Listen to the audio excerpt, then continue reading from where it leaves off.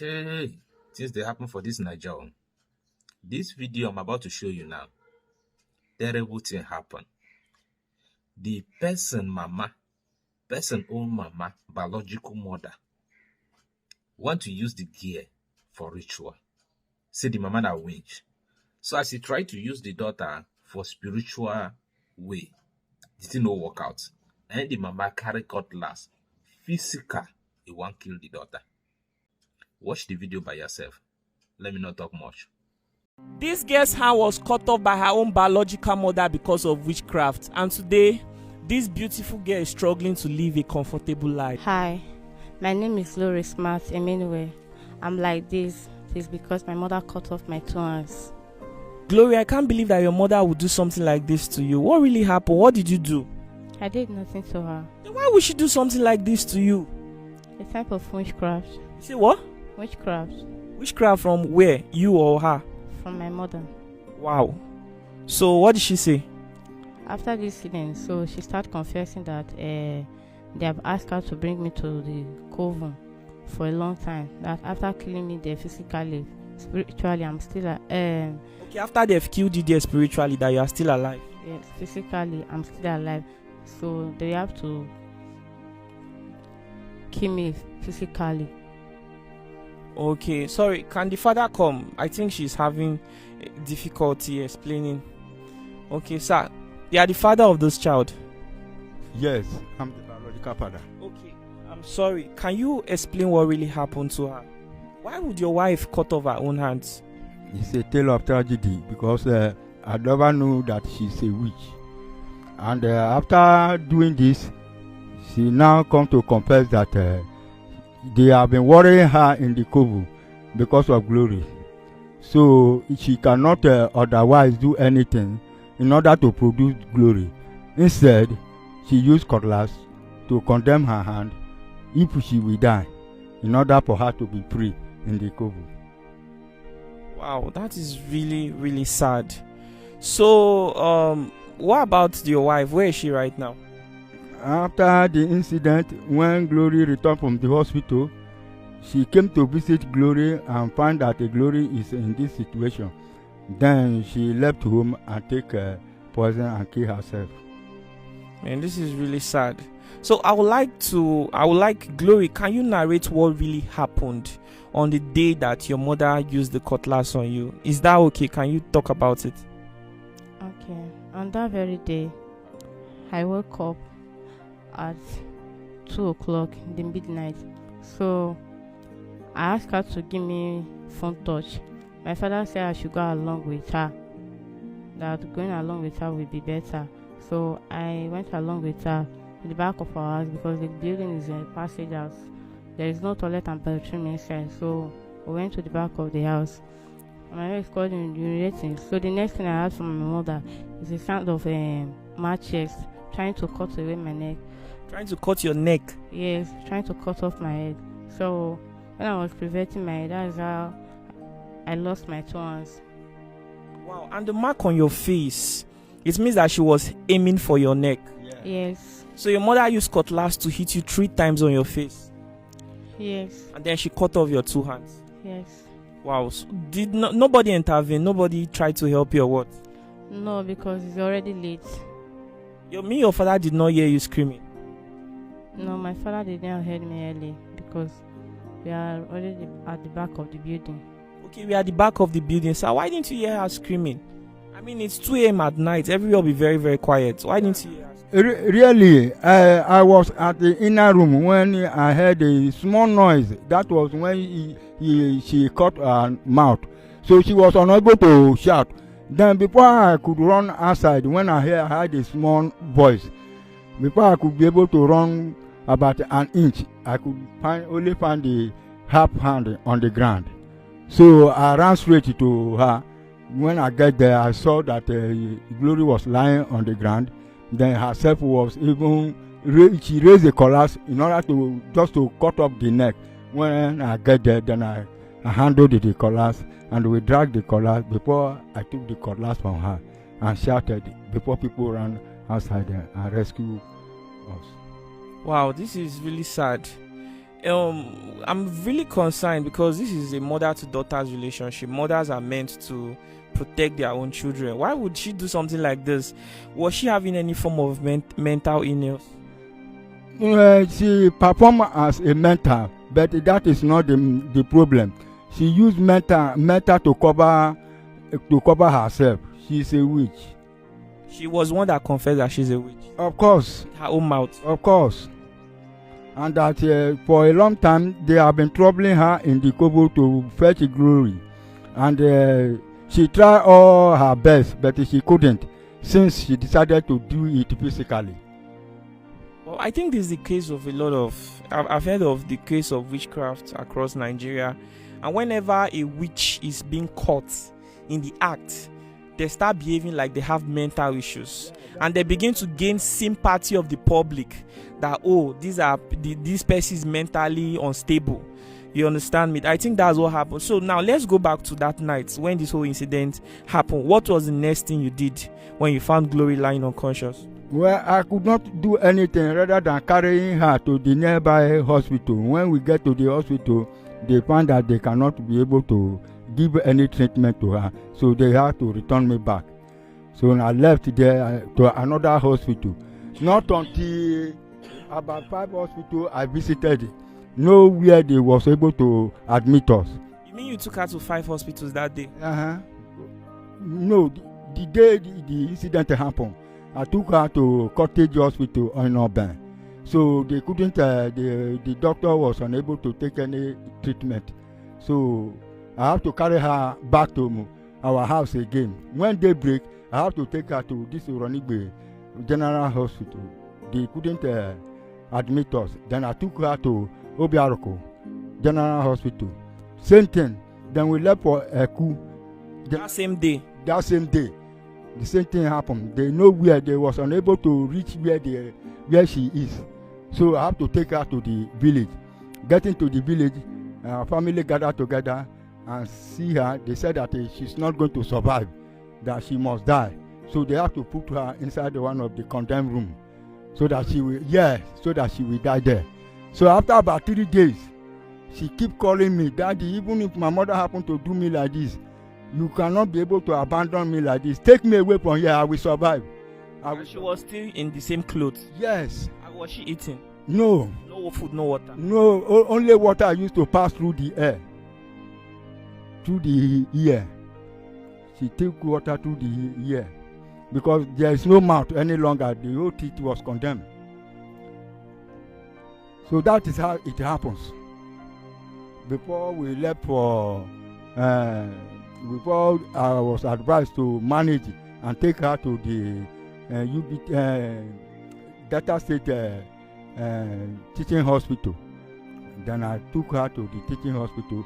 There she was admitted, and that is the place they give her the treatment. This was after 3 days after the whole thing happened? After 3 days. No even first aid treatment given to her, but she's still alive. Before I took her to the hospital at Ogara, before they gave her the first aid treatment and admitted her there, whereby she spent 3 months before they discharged us. Wow, so in all of this situation, then what happened what was your wife doing? She was not arrested? She was, immediately it happens, then I went to the police station to report to the matter. They came and carried her to the station and put her inside the cell. All along, when we were at the hospital, she kept on worrying the policemen in the station there. The policemen came to me at the hospital and asked me where the family of my wife is. Then I described it to them before they carry herself to the father. So that's how it happens. The police released her? The police released her on bail because of the worriness she was giving to them in the station. So when they were, as at then we were at the hospital, when we were being discharged, she came to visit us after 2-3 days when we landed home. So when she came, she was asking the daughter, Glory, that what happens to you? Glory asked her that, Mama, you did this to me. she never believed. She was surprised. He said that a human being cannot do her daughter something of this nature. I said that you are the one that did it. That's how she left. Before about not more than 3 hours again, we could only hear that she's dead, and she poisoned herself. That's how she died. Wow, this is really pathetic. Brothers and sisters, strange things are happening in the society, and it's really sad looking at this girl now. Only God knows how she's going to live this life and enjoy what has been placed on earth for young people like her to enjoy. It's unfortunate that she has to go through all of this, Life is somehow, people are scared of Boko Haram, banditry, kidnap, and a lot of other things, and when you think that you are in your own home and you are safe, this is really, really pathetic. And Gloria, I'm so sorry that you had to go through all of this. Are you done with your school? Like, did she continue with her education? She couldn't continue any longer because there's no hand to write. How old was she when this whole thing happened? At least she was 13 years old when 3 days to sit for her primary 6 living certificate examination when the incident happened to her. So she could not go to school any longer since she has no hand to write. So ever since, what has she been doing? She found herself that she cannot stay at home alone, busy doing nothing, and she decided to go into computer engineering. So she learned computer. Wow, that's interesting. So Glory, you know computer very well. Went for computer training. Yes. Is this something you really want to do? No, not exactly. I just find myself at home busy doing nothing, so I look around and think about it. What can I do to be still moving around as my mates? So I decided to go for the computer. Okay, so is there any skill that you want to learn? Because I don't know how possible it would be to go to school and get certified, because I think that there are people without hands that still find a way to attend school. But is there any skill you would like to learn? Just as you say, after the incident, so I wanted to follow my education, but because of financial aspect, my father could not afford anything because he had spent a lot on me during I was living at the hospital. So I just decided to stay at home. But from now, I don't know what to do. I can't say I will go and learn nurse or tailor or hairdresser, all those work that girls used to do. So what I can do now is my condition. What I just need is boutique shop. You want to own a boutique? Yes. Where you can sell clothes, shoes, jewelries, bags? Yes. Okay. So like how much will it cost you to set up one? I can't really predict. You have not really done the feasibility study. But that's a business that you think you'll be able to manage. Yes. Have you thought of also learning a skill as well? While you own a business, very good, but having a skill too, something to get busy with. Yes, I could have liked that. Okay, since you learned computer, do you know how to operate computer very well? Like, what can you do with computer? I already do the typing and printing and photocopy. Okay, so even if she has to learn graphic design, it's not easy for her to operate the mouse. Even video editing and some of those things. So the things that she can learn, they are very, very few. Very, very few. So, and you see, one thing again is discrimination. If she sets up her own business now, what's the chance that she will not be discriminated?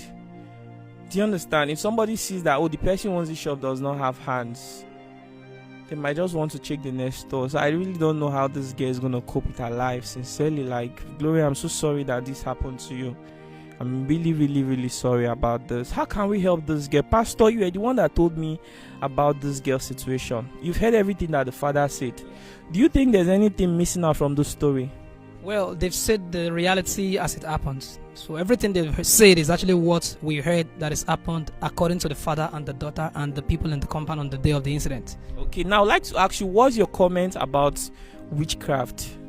Well, I actually know witchcraft is real, although some people try or tend to deny witchcraft. But I know, as a preacher of the gospel, that witchcraft is very real. We have seen several incidents of this all around the world, so I know witchcraft is real. Glory, do you have any advice for anybody out there in similar situation as you? Yes. What's your advice?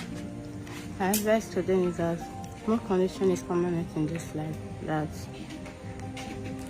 in any situation you find yourself, just thank God, give glory to God, because no condition is permanent. And even with my condition, I'm still helping others with the one I can do. You're still helping people? Yes. Like today, on my way coming back to this place, I met a blind man and he asked me to help him to cross road. So I still thank God that at least in that point I'm still better than him.